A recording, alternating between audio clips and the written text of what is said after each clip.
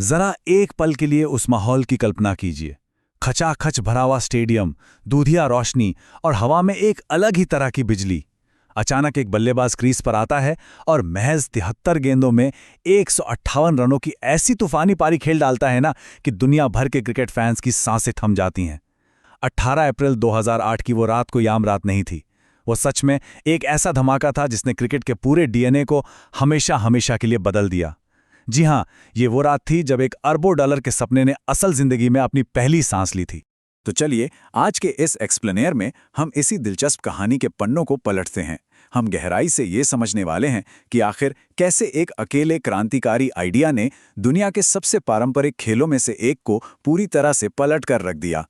मतलब ये सिर्फ बल्ले और गेंद की कहानी नहीं रह गई थी, बल्कि एक ऐसे मास्टर प्लान की कहानी थी जिसने क्रिकेट को रातों रात एक ग्लोबल फिनोमेना बना दिया। अब सवाल ये है कि ये सब शुरू कहाँ से हुआ। इसके लिए हमें थोड़ा पीछे जाना होगा, 2007 के उस दौर में जहां से इस बड़े बदलाव के बीज बोए गए थे। देखिए, 2007 से पहले ना क्रिकेट बहुत ही सीधा और कह सकते हैं कि पारंपरिक हुआ करता था। एकदम प्योर देश बनाम देश वाला मामला। खिलाड़ियों के लिए अपनी नेशनल टीम की जर्सी पहनना ही अल्टीमेट गोल होता था। लेकिन फिर एक नया युग शुरू हुआ, हाई ऑक्टेन फ्रेंचाइजी एंटरटेनमेंट का युग। एक ऐसा अनोखा मॉडल जहां दुनिया भर के दिग्गज खिलाड़ी जो पहले एक दूसरे के कट्टर विरोधी हुआ करते थे, अब एक ही ड्रेसिंग रूम शेयर करने वाले थे। सच में ये खेल की दुनिया में एक बहुत बड़ा कल्चरल शिफ्ट था। और पता है ये सारी घटनाएं कितनी तेजी से घटी। सबसे पहले 2007 में एमएस धोनी की कप्तानी में हमारी युवा टीम ने पहला टी20 वर्ल्ड कप उठाया। उस एक जीत ने भारत में इस छोटे फॉर्मेट का क्रेज सचमुच आसमान पर पहुंचा दिया। हर कोई बस टी20 का दीवाना हो गया था। अब इसी मौके का फायदा उठाने के लिए 2007 के आखिर में जी नेटवर्क ने इंडियन क्रिकेट लीग यानी आईसीएल शुरू कर दी।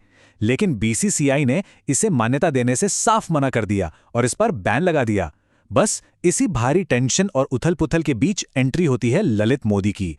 उन्होंने अपना वो मास्टर प्लान दुनिया के सामने रखा जिसे आज हम इंडियन प्रीमियर लीग यानी आईपीएल के नाम से जानते हैं। तो प्लान तो बन गया, लेकिन इसे जमीन पर उतारने के लिए सिर्फ खेल काफी नहीं था। इसमें जरूरत थी ग्लैमर और अथाह पैसे की। यहीं से क्रिकेट का असली एंटरटेनमेंट में ट्रांसफॉर्मेशन शुरू होता है। ये वो दौर था जब खेल को बहुत ही सोच समझकर प्योर एंटरटेनमेंट में बदला जा रहा था। स्ट्रैटेजी एकदम क्लियर थी। क्रिकेट के मैच को किसी 3 घंटे की ब्लॉकबस्टर फिल्म की तरह पेश करना है। और इसके लिए क्या किया गया? भारत के सबसे बड़े बिजनेस टाइकून और उद्योगपतियों को गेम में लाया गया। लेकिन असली मास्टर स्ट्रोक क्या था? बॉलीवुड का तड़का। शाहरुख खान और प्रीति जिंटा जैसे मेगा स्टार्स को टीम ओनर्स के रूप में लाया गया। अब जरा खुद सोचिए, जब देश के सबसे बड़े फिल्मी सितारे वीआईपी स्टैंड से अपनी टीम के लिए चीयर कर रहे हों, तो वो सिर्फ एक मैच थोड़ी रह जाता है, वो तो एक नेशनल फेस्टिवल बन जाता है। तो मालिक तय हो गए, टीमें बन गईं। लेकिन असली थ्रिल, असली ड्रामा तब शुरू हुआ जब एक बंद कमरे में इतिहास की पहली नीलामी शुरू हुई। एक ऐसा कमरा जहां दुनिया के सबसे बेहतरीन खिलाड़ियों पर बोलियां लगने वाली थीं। इस ऑक्शन ने क्रिकेट में पैसों के गेम को उस लेवल पर पहुंचा दिया जिसके बारे में किसी ने सपने में भी नहीं सोचा था। और फिर जब महेंद्र सिंह धोनी का नाम पुकारा गया तो मानो पूरे कमरे में सन्नाटा छा गया। और बोली जाकर रुकी सीधे 6 करोड़ रुपए पर। चेन्नई सुपर किंग्स ने उन्हें अपने साथ जोड़ लिया था। आप समझ रहे हैं? ये क्रिकेट की हिस्ट्री में पहली बार था जब किसी खिलाड़ी पर सचमुच करोड़ों की बारिश हो रही थी। अब देखिए, पैसा और ग्लैमर तो अपनी जगह आ गए, लेकिन किसी भी बड़ी कहानी को हिट कराने के लिए चाहिए होते हैं हीरो। वो हीरो जो इन 8 नई टीमों को उनकी अपनी एक पहचान दे सकें। और ये कप्तान सच में अपने आप में एक पूरी संस्था थे।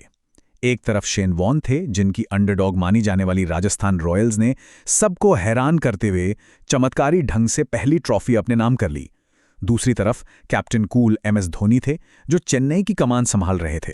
क्रिकेट के भगवान सचिन तेंदुलकर ने मुंबई इंडियंस की बागडोर संभाली, तो वहीं द वॉल राहुल द्रविड़ ने रॉयल चैलेंजर्स बैंगलोर का नेतृत्व किया। और ऐसा नहीं है कि बाकी की टीमें कुछ कम थीं। कोलकाता नाइट राइडर्स ने अपने ही शहर के फेवरेट दादा यानी सौरव गांगुली को कप्तान चुना।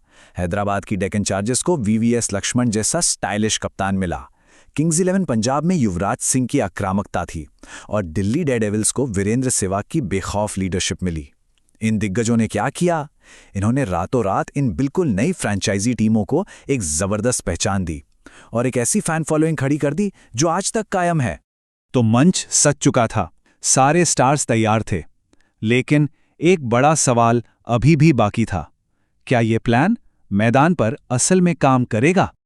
और फिर आई 18 अप्रैल 2008 की वो रात, जब ब्रेंडन मैकलम मैदान पर उतरे तो उन्होंने सिर्फ रन नहीं बनाए, उन्होंने इस पूरी अरबों डॉलर की सोच पर एक जोरदार मोहर लगा दी।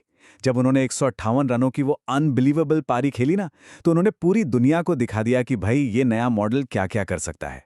उस रात आसमान में जो आतिशबाजी हुई, उसने ये साबित कर दिया कि ललित मोदी का वो ग्रैंड विजन आखिरकार एक बहुत ही शानदार हकीकत बन चुका था।